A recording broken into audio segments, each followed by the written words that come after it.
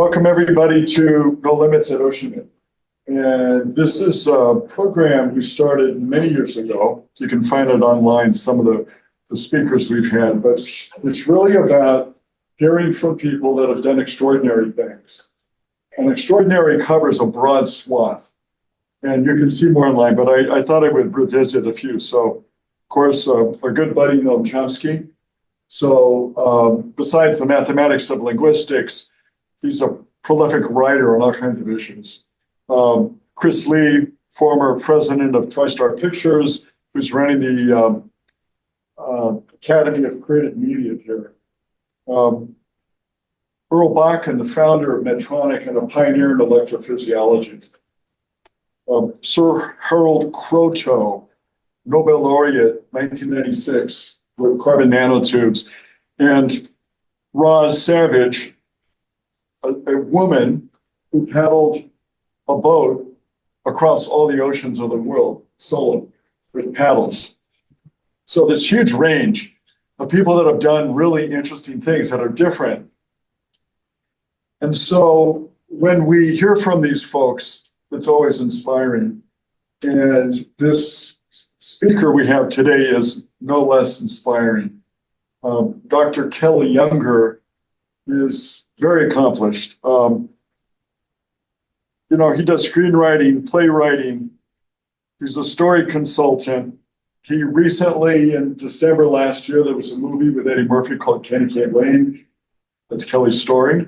Very cool story. If you haven't seen the movie, it's a really fun movie, but the story is very powerful. And power of a story, I think, is what we're really interested in here. But he's also works with Disney on stories and Pixar, part of the Story Trust. He's worked on a variety of films like Moana, Frozen, Last Dragon, and a bunch of others, Toy Story. It's really interesting how powerful these stories are and how they move people. And I think he's also a tenured professor at LMU in theater and English. But what's interesting with Kelly is I've known him since he was a young lad. And I remember his mother one time saying, we don't know what to do with him. He only likes to write. And, and he's only interested in these things like theater and writing. And I said, support him, because people that find the thing in their heart, they get really good at it. And that is Kelly Younger. So anyway, I want to welcome Kelly.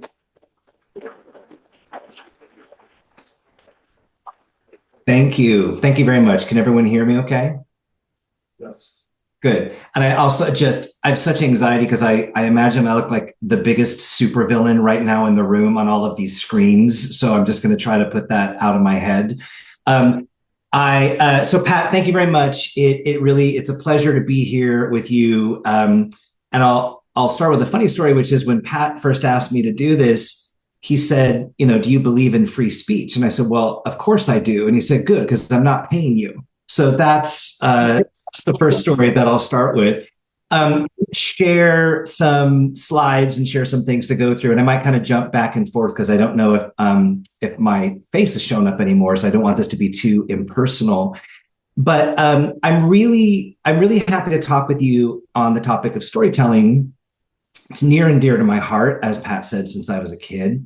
And I hope it is the same for you, but I can understand that storytelling can be pretty intimidating, kind of like a liberal arts major talking to a bunch of scientists. So I would like to start with the confession. And my confession is that everything that I know about science, I learned from these guys. This is truly, Bunsen and Beaker are the extent of my experience and understanding of science.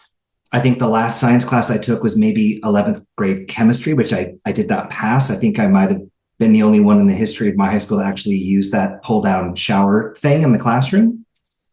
Math ended for me, I think, in 10th grade with geometry. And by the way, I don't know if you know this, but you can pay someone to measure a pool cover. So that was like mind-blowing to me. So even the science of storytelling is something that I'm curious about. And as you can see in this one photo, I'm actually underneath Bunsen and Beaker because I write frequently for the Muppets. And just so you know a truth, the performers actually do kick the writer when they don't like a line or a joke or something that you pitch them in the moment. So I do kind of have this love-hate relationship with science based on this experience. Also, in my experience, Bunsen identifies a problem, or actually there isn't a problem. Bunsen usually creates a problem and then Beaker suffers the consequences, which that's pretty much my understanding of what you do at Oceanit. I could be wrong, but I think that's what you do. And my understanding too, through Pat, is that what you would like to have a conversation about today is storytelling and maybe how to become just a little bit better at it in your line of work. And wouldn't it be nice even in your own lives as well? Okay, so I'd like to start with the simple premise that everyone has a story. Now, why don't we stop sharing just for a second, Caleb, so you don't have to stare at that. So everyone has a story. How do you tell it? How do you tell it well? And in order to explore this idea, I want to focus on a particular genre of storytelling, which I have always been obsessed with, which is the fairy tale. Not only because that's part of my background, it's what I've studied, it's what I teach, but also because I want to remind each of you that you actually do know stories and you know them really well. You know how to tell a story. It doesn't have to be complicated. In fact, what I'd like us to do is kind of go back to a childhood mindset and think about the ways that we used to absorb and react to stories, how we used to tell stories as kids. And I want us to think about what the most simple versions are of those stories. How can we make them relatable? What sorts of childhood memories do you associate with them? So the way I'd like to get started is I think the best way that stories usually begin, which is once upon a time. So when you hear those words and you're looking at those words right now and use the chat or shout them out or relay them, but like what kind of stories come to mind?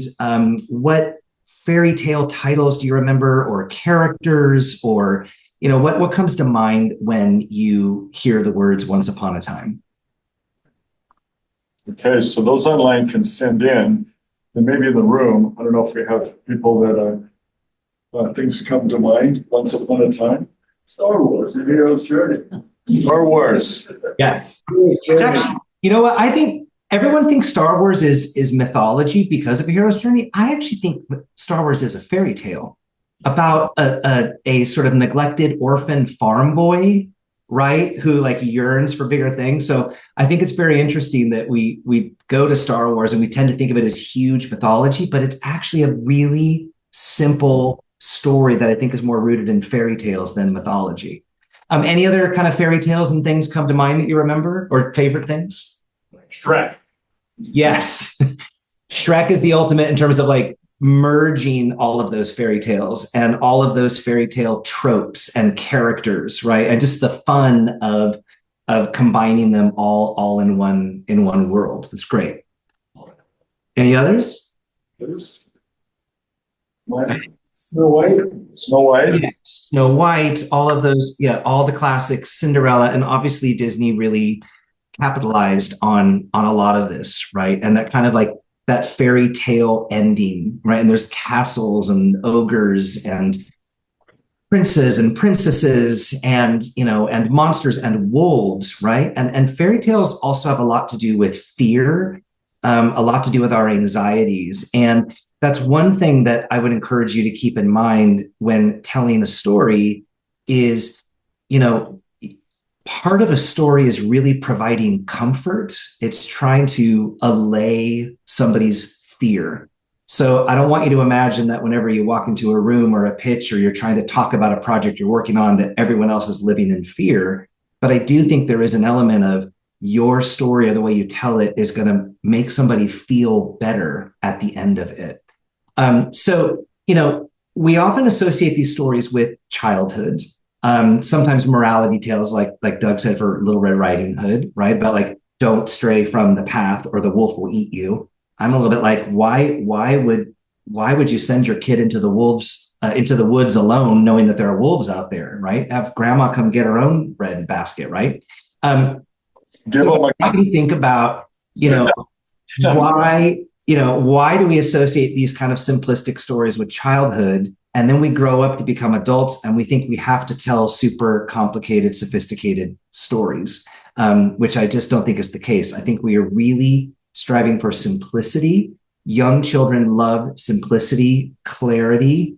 And if you were like me, and here is a picture of me when Pat knew me, you probably also loved bow ties, but not as much as I did, right? I loved this bow tie. I was a pretty happy kid.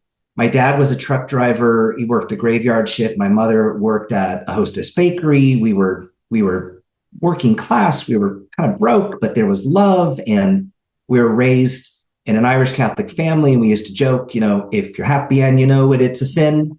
That's what we did. But also, this kind of fatalistic belief that if something can go wrong, it probably will. For example, after this picture was taken, the class bully snatched off my yellow bow tie and stepped on it and made me feel really small. And I'm sure that we all can relate to some point in our lives when we've been made to feel small or powerless. And for me, this is when I first wanted to escape the perils of the real world, and I discovered the magical world of stories. Here's a lot of books from my grandparents, which I still have. And these are the ones I read as a kid, where I met wizards and dragons and kings and queens and talking animals and evil villains and worlds where the stomped on could be the hero. Imagining a sword only I could lift from its stone, or riddles only I could solve, or dragons only I could slay. But the stories I loved the most were always about the little heroes, where the littlest triumphed and saved the day, right? It's not a coincidence that the word little often appears in fairy tales. Fairy tale heroes are often the littlest, the youngest, the smallest, the most disadvantaged, the most discouraged, right? The runt. If there's ever a story with 7 children or 12 children, the hero is often number 7 or number 12, right? So yet, because it is a fairy tale, the happy ending is guaranteed, at least in stories. Soon after that yellow bow tie was taken by the bully, my parents fell into a pretty bad, severe financial crisis, and we ended up actually losing our home. And my belief in these kinds of stories kind of ended, and I discovered, as most people eventually do, is that life is not a fairy tale. If you lose a shoe at midnight, you're drunk, right?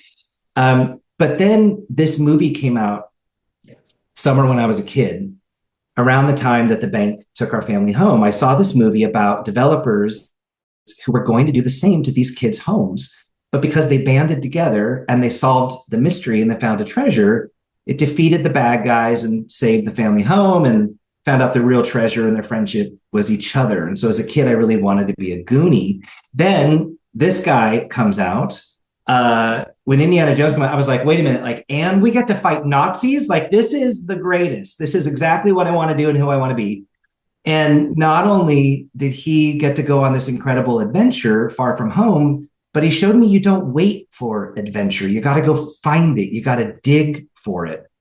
And this is why I wanted to be an archaeologist. And I pursued that for quite some time. I worked in northern Greece. I studied classics, ended up getting a master's degree in ancient history and literature and languages, and went on for my doctorate. But then I never found the Staff of Ra or the Holy Grail. There definitely was no water slide to find One-Eyed Willie's pirate ship. So I returned to my first love, which is stories. And by now I was immersing myself in ancient mythology, fairy tales and legends and epics. But I never really lost that archaeological desire to dig, to see what's underneath a story, to find the hidden treasure between the lines within the characters. That's how I approach writing.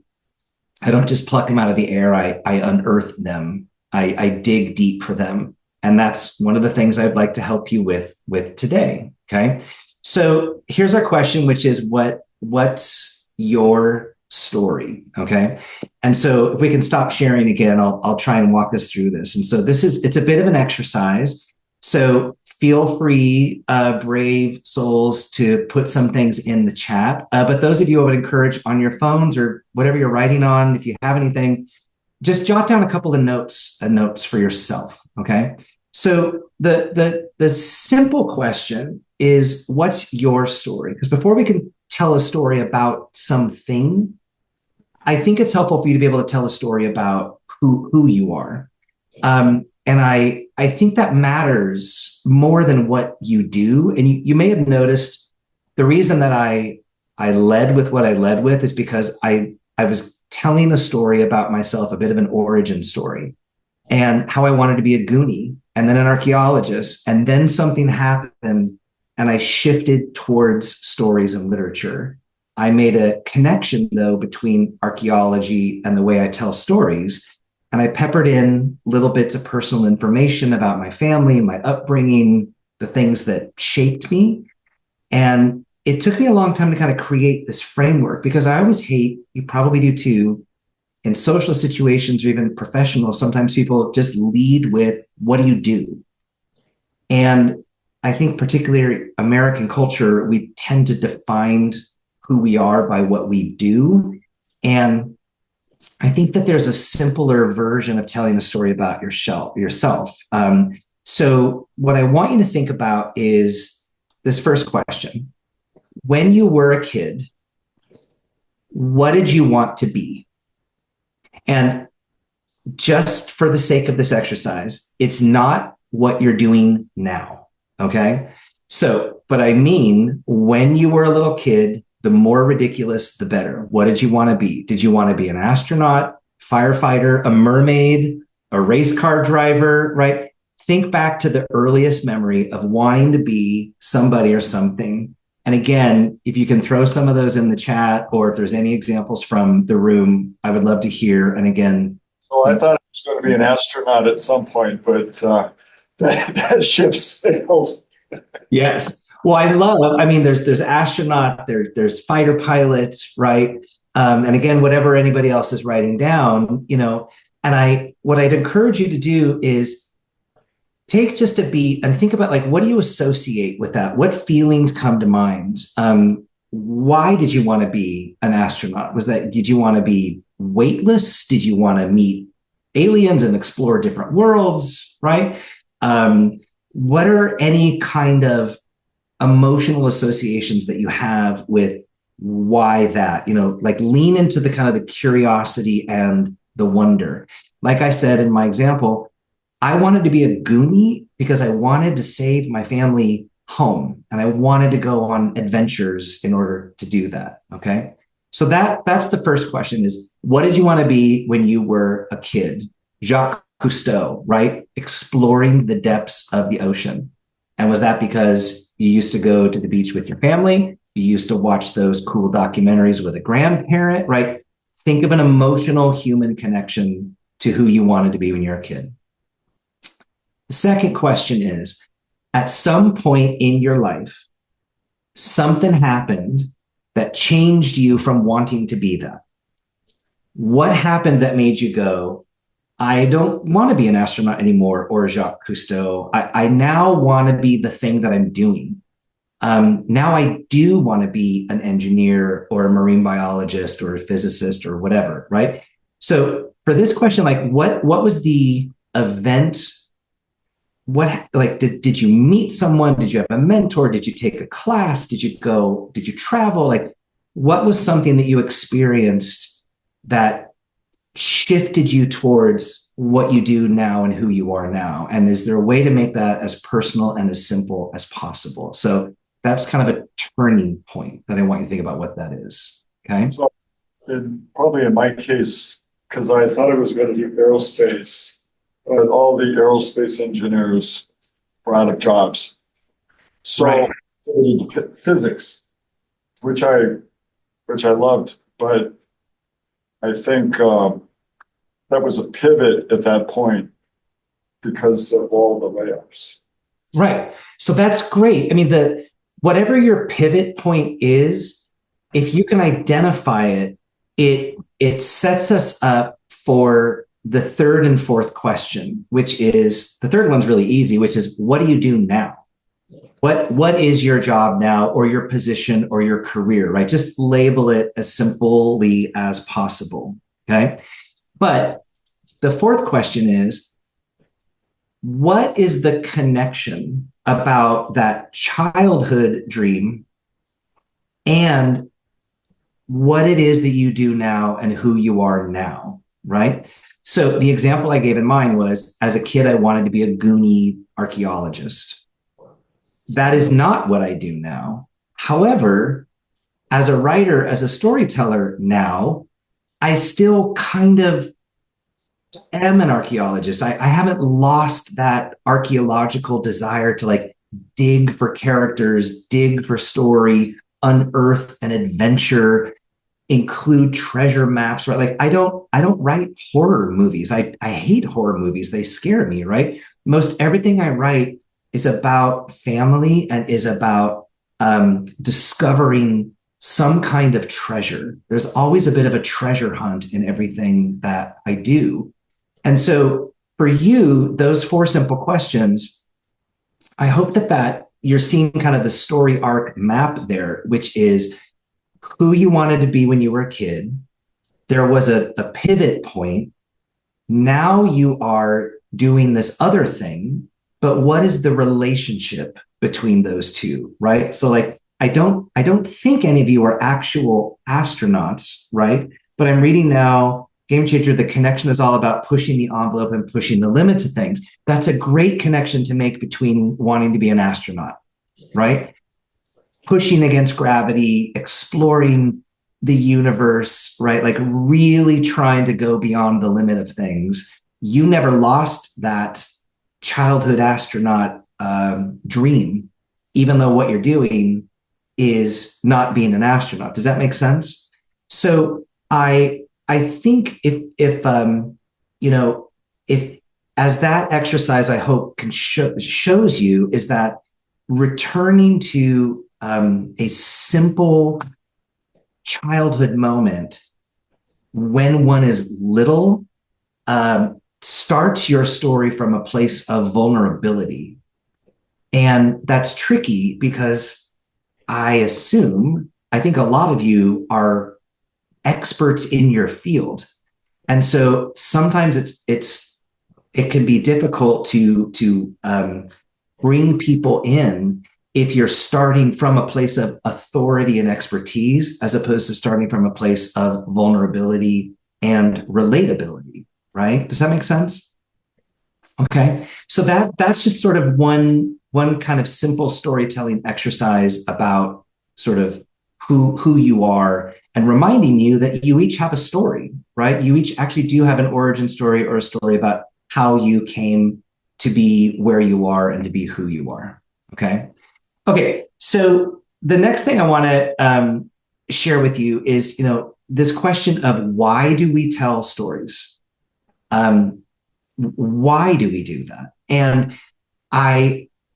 this is about as scientific as I can get, but I actually have looked into this in the past, is that there actually is an evolutionary reason for why we tell stories. In the book Sapiens, which I'm sure some of you, if not many of you, have read, the author says that humans think in stories and that we try to make sense of the world by telling stories.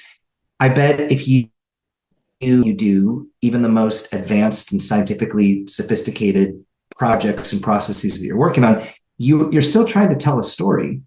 And Harari says that, humans are the only animals that cooperate flexibly in large numbers because of storytelling.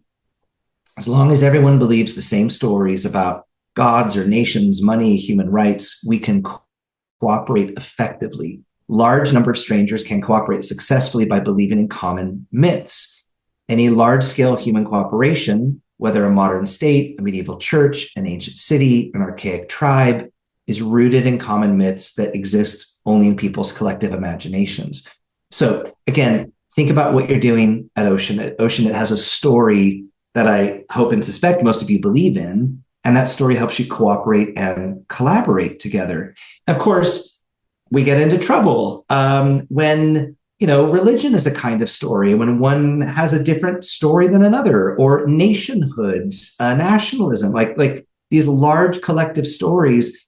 They can be quite divisive, right? But they really do have an evolutionary function in terms of our survival, as we're trying to actually connect and can tell, who do we think we trust and who do we not, depending on what kinds of stories that they believe.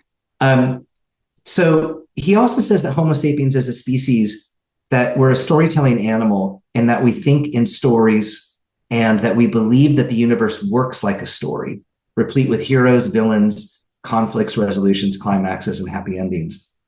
That's why I think Star Wars resonates so well with the story, because when we look out to a universe and feel like, we're trying to find meaning, to place a story within that universe is one of the things that helps us to find meaning, that it makes us part of something bigger, gives meaning to our experiences and our choices. There's another quick book I'll introduce you to called The Storytelling Animal. And he says that, we are the only species that tells stories to one another in an attempt to figure out who we are, that we're addicted to story, that when we go to sleep at night, the mind stays up all night telling itself stories. They help us navigate life's complex social problems, right? But also this idea that we are allergic to uncertainty and randomness and coincidence, that the storytelling mind is addicted to meaning.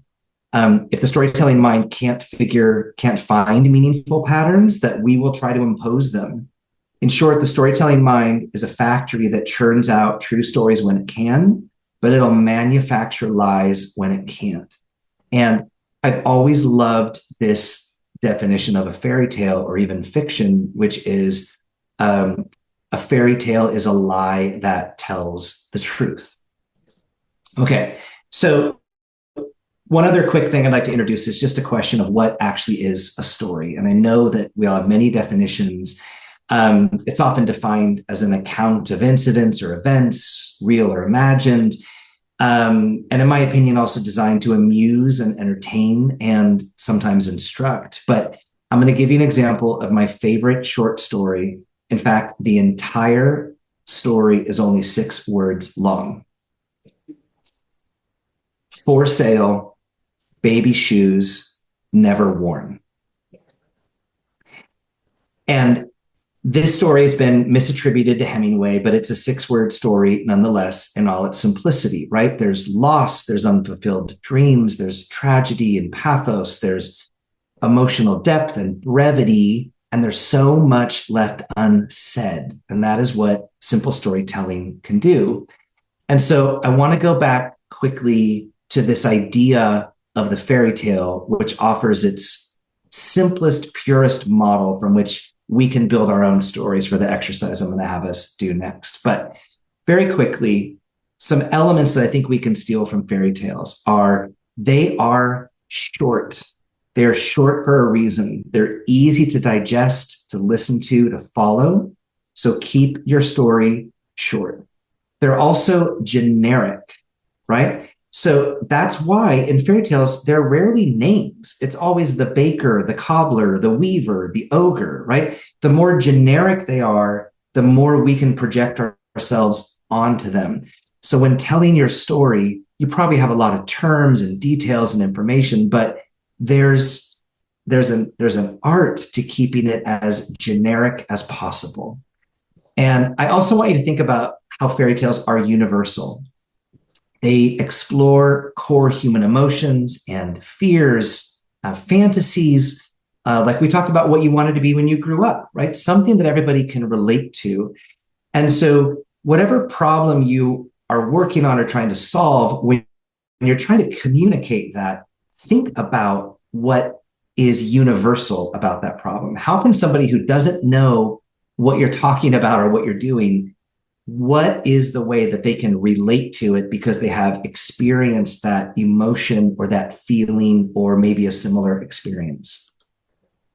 Fairy tales are also very hopeful. They offer a glimmer of hope for the way out, right? This is pure wish fulfillment. J.R.R. Tolkien talked about how fairy tales offer us fantasy, recovery, escape, consolation out of our despair.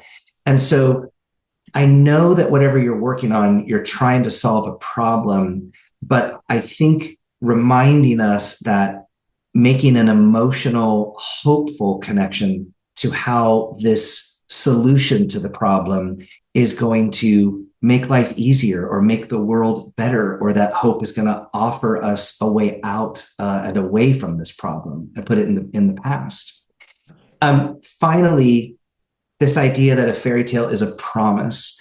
To me, it's a promise to a child that once upon a time promises happily ever after, that you will face difficulties or danger and despair, but you won't be defeated or deserted for long. That once upon a time has to have a happily ever after, or it quickly does turn into horror. And you've read Grimm's fairy tales, right? They are very, very grim. That's why we get that word, right?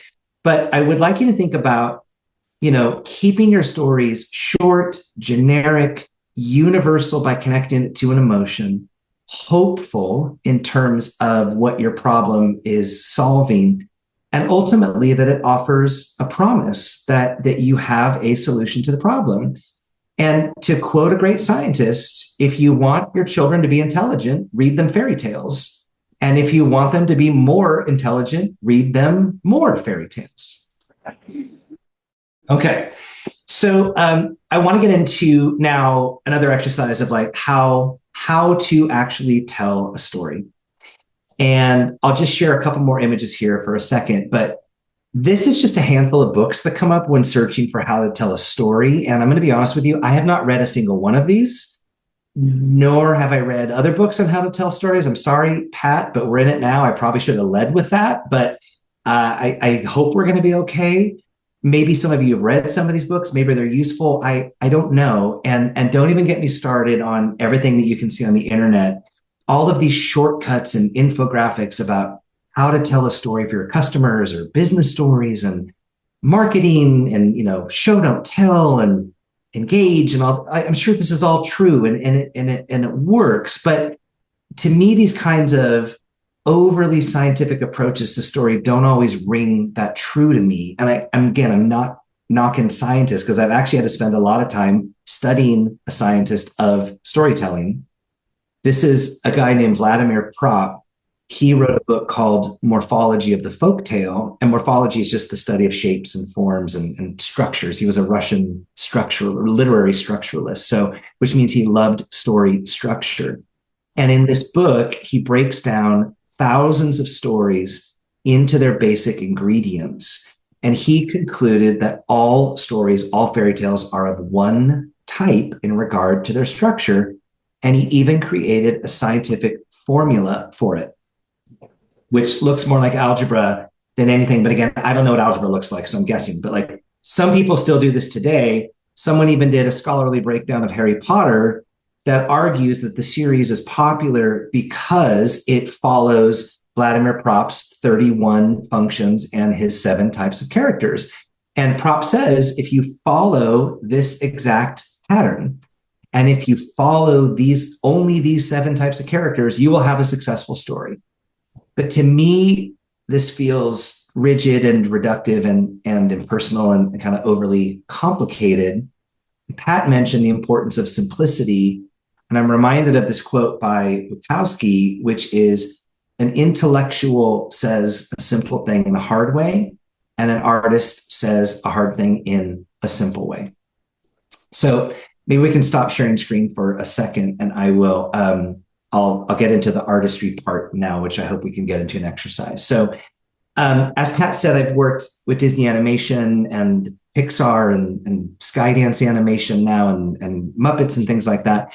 And, our goal is to capture an audience that is both children and adults, which is a really hard audience to capture. But you might think about your own audience as that people who understand the terms and people who don't, right? People who really know what's going on and people who don't. And you're trying to capture both of them. What we do in what's called the Story Trust is the writers and the directors and the artists, we all work together to hash out the story, and we try to figure out what resonates with audiences.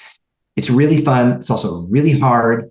A lot of people want to know, like, what's the secret sauce and what's the secret? And the truth is that there isn't. It's just really hard work. And, the main expression we throw around a lot is let's get it wrong as fast as we can. Like, let's get it wrong so we can get it right. And then when we do get it wrong, which is most of the time, we have to try it in a different way. And I'm assuming many of you can relate to that, but I can just show you some of these photos from some of these experiences of kind of being in the room and the excitement of, bringing real characters to life and being in this kind of creative storytelling lab, which, again, I've been to Oceanit, and it to me, it has a kind of, from a non-scientist point of view, it has kind of a wonderful Willy Wonka, magical, even Disney Imagineering kind of vibe to it, which is that there's magic here. There's something going on here that I don't understand how it works, but I know that it's magical and wonderful and really making a difference. Okay. Now, the hard part is, how can you explain what you're doing in that simple, generic, emotional way? And in this next slide, which I'll show you briefly and then we can come back to it, Emma Coates, she was a story artist at Pixar. She made this list of 22 rules of Pixar storytelling. And again, these were sort of things that she participated in and overheard and used and kind of put together and shared with the world. And they're really wonderful. But there's one in particular that I'd like you to take a look at, which is this kind of Mad Lib: once upon a time, and every day, until one day, and because of that, until finally, right? It's a very simple story structure, which is why I focused on fairy tales earlier. Like, once upon a time is the world, right? You're setting up the time and the place and what the story is about. And every day is the kind of status quo or the problem or the situation. Until one day, that's the inciting incident we talk about in film, or it's the pivot that we talked about earlier, that sort of shift into the status or away from the status quo. And because of that, the journey started to pursue a goal or face some obstacles and some conflicts. And because of that, there was another event or getting closer to a destination, until finally there's a resolution or a solution where the character learns and grows. Okay. And I'll give you two examples. I'll just pick one, but let's look at, Finding Nemo. This is that model here. In Finding Nemo, once upon a time, there was a fish named Marlin who was protective of his son Nemo. Every day, he warned Nemo that the ocean was full of danger, until one day, to rebel against Dad, Nemo ignored the warnings and swam into the sea. And because of this, he was captured by a diver and ended up in a dentist's fish tank. And because of this, Marlin enlisted other sea creatures to rescue Nemo, until finally Marlin found Nemo and learned that love depends on trust. Right? That's the simple story for Finding Nemo. Now, how can this apply to you, right? Like, what is the thing that you're working on now, or that you've worked on in the past, that, that like once upon a time there was a problem? What was the problem that you were trying to fix? And every day this problem had a negative consequence on real people. I think that real people or some element of vulnerability is important in there, that it was a consequence. Then one day an idea emerged, and that could be a solution to the problem, right? What happened that made you go, hey, what if this? And because of that, you decided to take action. And because of that, did it create another problem? Did you have to do something else in order to solve that? Until finally, the negative consequences of that problem were reduced and disappeared entirely with a lesson that is learned. And if we let me try to retell a story that Pat told me a long time ago about a project you did at Oceanit. Don't worry, I'll share embarrassing stories later if anybody wants. I'll give you my email. But I remember Pat told me the story, and I hope I get it right. But basically, using this model, I'll try and retell it to you. Once upon a time, there were fighter pilots who were blacking out and crashing planes. And every day, this was a problem because it had negative consequences on real pilots. One day, they learned that pilots were taking off their oxygen masks because they were uncomfortable. And because of this, Oceanit designed technology that would personalize the shape of the oxygen mask to each individual pilot. And because of that, pilots stopped taking their masks off, remained comfortable, stopped crashing planes, and saved lives. I'm probably being too dramatic here. But because of that, this technology is now used in sleep apnea machines and lots of other applications. Until finally, by solving this problem, we learned that human comfort is as important as technology. And so to me, that's the story, right? You have this cool technology that does this, but the real story that people can relate to is about human comfort. You don't have to be a fighter pilot to relate to the need for human comfort, okay? And then, don't even get me started how excited I was to learn about these chickens, okay? Let me attempt to tell you the story about what you do with chickens, okay? Once upon a time, there were 27 billion chickens in the world. They leave behind over 50 million tons of feather waste annually in the US alone, and they're usually incinerated, contributing to greenhouse gases. One day, we asked ourselves if we could create a beneficial reuse to these feathers. Because of that, we experimented with the keratin biopolymers found in the feathers. And because of that, we developed a sustainable fabric to make packs, straps, and seatbelts for the military. Until finally, we caught the eye of high fashion brands looking to reduce reliance on petroleum-based fabrics, proving that we can turn waste into wearable innovation. Now, much of that is taken directly from your Instagram story, right? Which you told beautifully in this style, right? You told a really good, simple story, but the goal, no matter how sophisticated, complicated the technology, is to tell that story in the most simple human way possible. Just as a reminder, the way we started out by going back to your own childhood, the things that you had wonder and curiosity and even fears about, right? How can you start a story from that fairy tale position of being small and vulnerable and maybe on your own in the woods, right? Until one day something happens and you pivot and you take a different path and you go and you explore, and the problem you're trying to solve, again, no matter how complicated, it always has a very simple human element that your audience, whoever that is, can connect to, right? And if you can remember how you connect to it emotionally, then you can connect to your audience emotionally. And I've already forgotten what biopoly something, whatever I just said. I had to read that and I had to practice that, right? I don't even know what that is.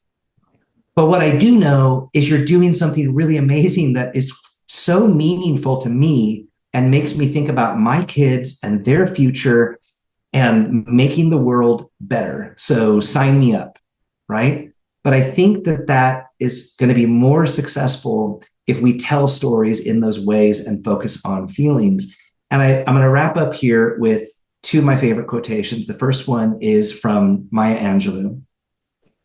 I've learned that people will forget what you said, people will forget what you did, but people will never forget how you made them feel. And I encourage you to remember that at your next speaking engagement or pitch or committee meeting or phone call, right? They won't remember entirely what you said or exactly what you did, but they'll remember how you made them feel. And this is where we can all grow as storytellers, by keeping universal human emotions at the core of your story.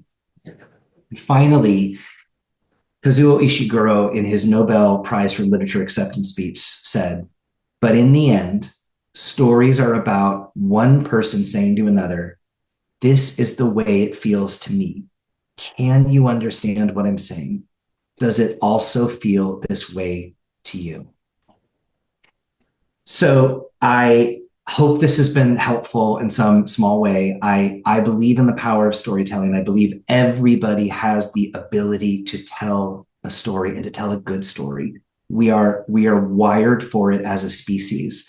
It's who we are. Sometimes we just need to be reminded of that. So thank you very much.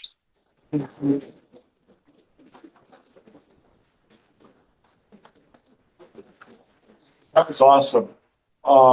We have some time for questions. Jeffrey. I have a very esoteric question. So, Okay. so far, not living in a fairy tale, which invites an interesting question. What genre do we live in? So here's a half-baked theory that I've been developing, and I'm most interested in your thoughts on it. Okay. In the 17th century, Leibniz said that the universe is governed by two principles, that of sufficient reason and non-contradiction. So sufficient reason really means the laws of causation apply. There's a reason everything happens. Non-contradiction means that everything makes sense, that you can't have spherical cubes. And then if you apply those two principles, you can make a matrix and say, if both these principles are true, we basically live in a detective fiction story. So in Sherlock Holmes, everything has a reason, everything makes sense in the end, you can solve the problem. In a science fiction story, the laws of nature apply, everything's true, but you can't have contradictory entities. You can have something that's a wave and a particle at the same time. The third cell of this matrix would be horror, where both these principles are false. So things could happen for no reason, that can be contradictory entities. So this is like a Lovecraft story or Legati. And finally is fantasy or fairy tales, where the laws of causation or the laws of physics as we know them need not apply. And yet there can be, but everything does make sense in the end, so no contradictory entities. So I would submit that we do live in fantasy, we do live in fairy tale in that metaphysical sense. But so this is a crap talk theory, but I'm interested in what you think. Can you repeat the question? I'm joking. No. I'm joking. So, I mean, I guess I can just give you my couple reactions to that. What I heard, and it sounds like you're already engaging with yourself, is this idea that we can have two emotions at the same time. We can live in a reality, but also understand that that reality is a fiction or is a story that we are telling ourselves. Is that kind of, did I hear you right in terms of like that sort of duality or sort of like the tension there and kind of existing with those two truths, right? So I think what you're tapping into is one of those fundamentally existential human problems or questions, which is how can I be both in the world and in my head or in my body?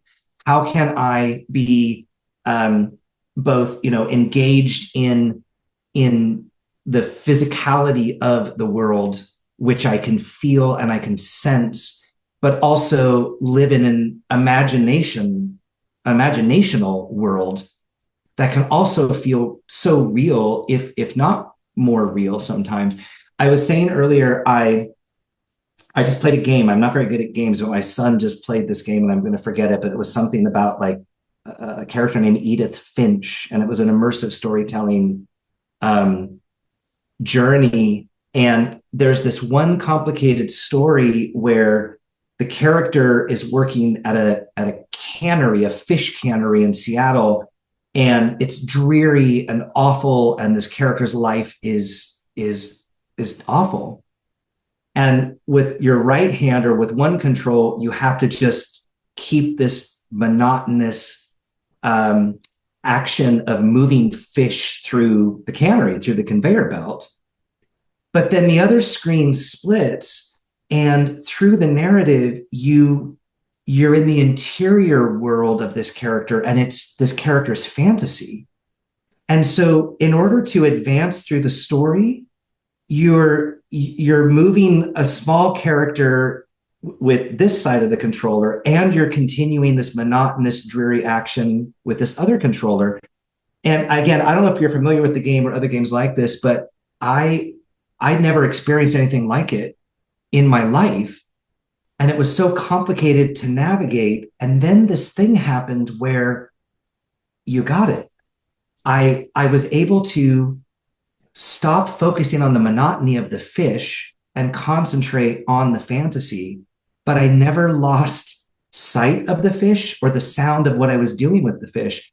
And it was an incredibly moving experience for me because it felt real. It felt like when we are doing the monotonous day-to-day physical things, but we also have this incredible fantasy life of our imagination happening at the same time. So I think I would be worried if any of us spent too much time in one of those to the point that we lost sight of the other.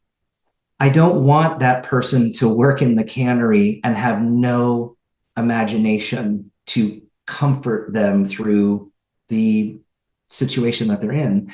But I also don't know that it's a full life to live only in fantasy where you are completely in denial of the world. And again, I'm not a philosopher, but I started out as a classicist. And to me, this was always the tension between Plato and Aristotle, right? Plato would be like, let's all go in the cave and look at shadows from the fire, right? And deny everything and just focus on the spheres. And Aristotle was like, hey, this is great, but I have to go to the bathroom, or I'm hungry, or I actually like to go outside and pet my dog. And Aristotle had his head down in the ground, looking at things in the natural world. And Plato had his head in the clouds. And to me, by studying both of them, I personally find ways to navigate different situations. So again, I don't know if that answers your question or helps you, but I think it's a both and rather than an either or that makes us feel more human and more engaged with whatever the project is you're working on. It's a very appropriate answer, especially for Jeffrey, because we talk about living in Plato's heaven, but yet we have to pay the bills here. So we're trying to find balance. No, it's a tough balance we navigate in the work we do, right? Yeah. Because you can see these things, but at the same time, we're dealing with a reality. And managing that, we refer to it more as a dynamic tension of life. And that dynamic tension is healthy between those two worlds because you need both. But if you focus only on one, you can't move anything forward to make a difference in the world. Right. So that becomes kind of the big and the interesting thing to challenge, but we actually have that as one of our strategic principles on this dynamic tension, because it's everybody doing what they do that's important, because without that, things don't work here. Well, and that's where collaboration comes in, because I think there is this myth that there is a single person who does all of that or both.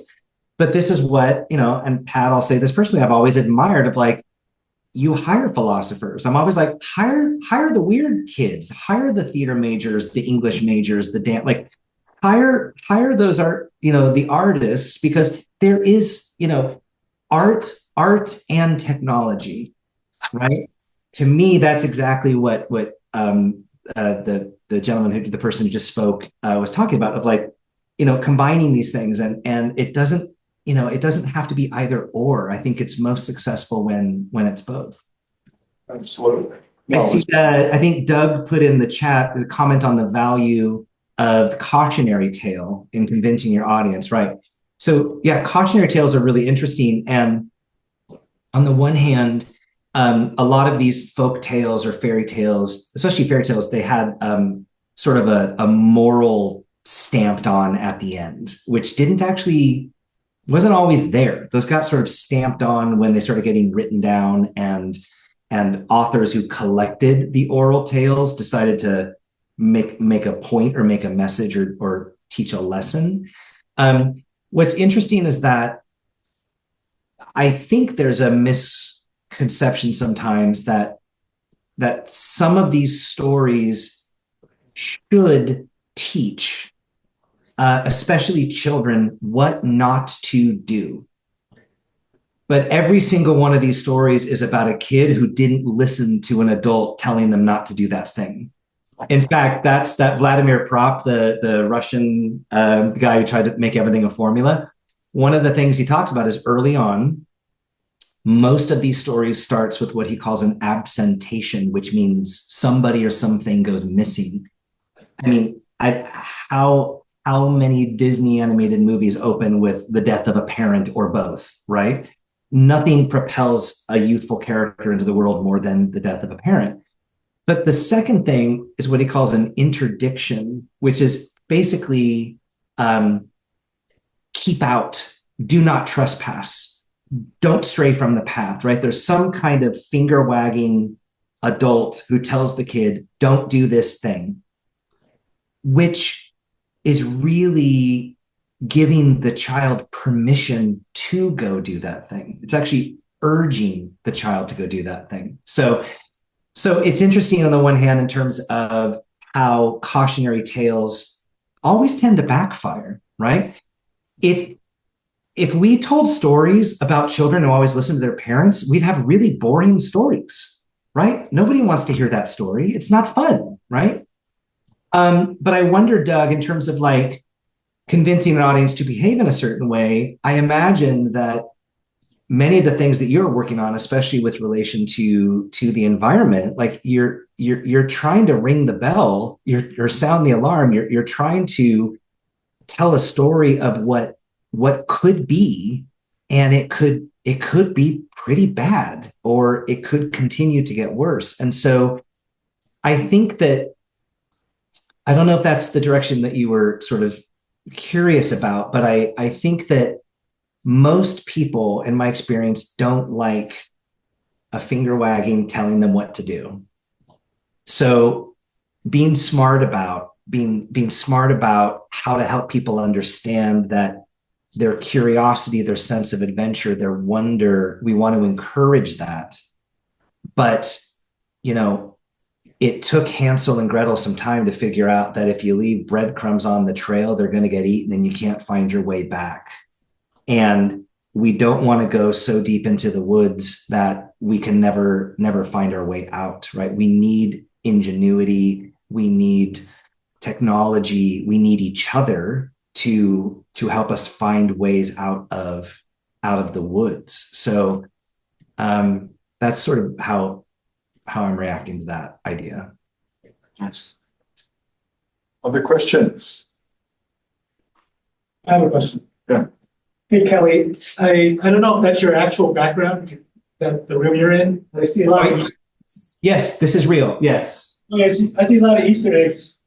Actually, but any particular story behind anything behind you? Well, I don't know if you can see, do you see Animal, the Muppet up there? Yeah. That was that is my childhood Muppet from in first grade when I was in the talent show and walked out and did a Muppet show version of Phenomena with Animal.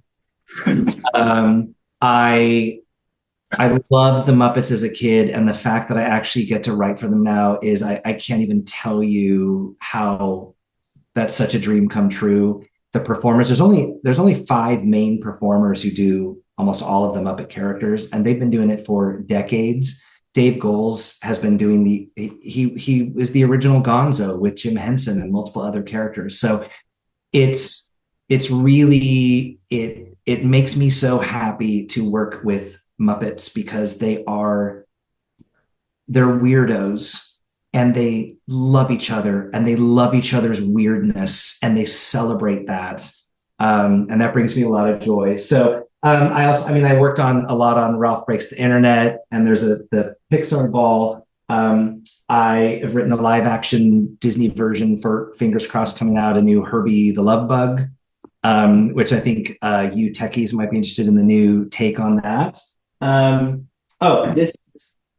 Speaking of Raiders of the Lost Ark, look at this candle.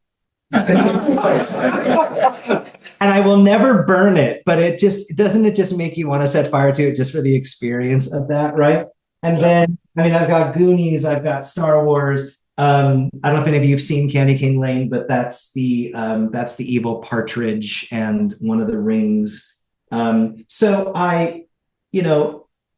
look, on the one hand, I'll be honest, it's obviously a bit curated for Zooms and events like this, but I also, probably like you, I think there's value in surrounding yourself with reminders of your childhood, your things that make you wonder, things that bring you joy. And it's sometimes it's more than just photographs. It's also it's objects, it's memories. And, everything tells a story. Everyone can tell a story. And again, I don't know what kinds of situations you're going into where someone's going to be like, okay, well, you got to tell us a story. You have to explain this thing.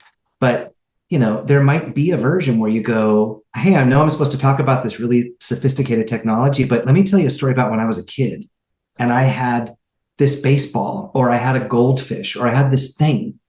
And I'm going to connect it to an emotion that I still feel to this day when I think about it. And whatever that emotion is, this other person doesn't have to have a baseball or a goldfish or whatever, but they had something that they felt that way about. And if you can try to begin your story with, again, a sense of vulnerability, openness, embarrassment, my God, embarrassing stories are so powerful because whoever you're with or whoever you're telling the story to, you're just saying to them, I'm human just like you. And that can be really beneficial when then you go, okay, and now we got to talk about satellites, or now we got to talk about this really complicated thing. But if there's a way that you can connect the feeling you had with whatever that goldfish or everything was, and the feeling you have and the importance of whatever's going on with the satellite, then I think you can find your path through that story in a really satisfying, meaningful way.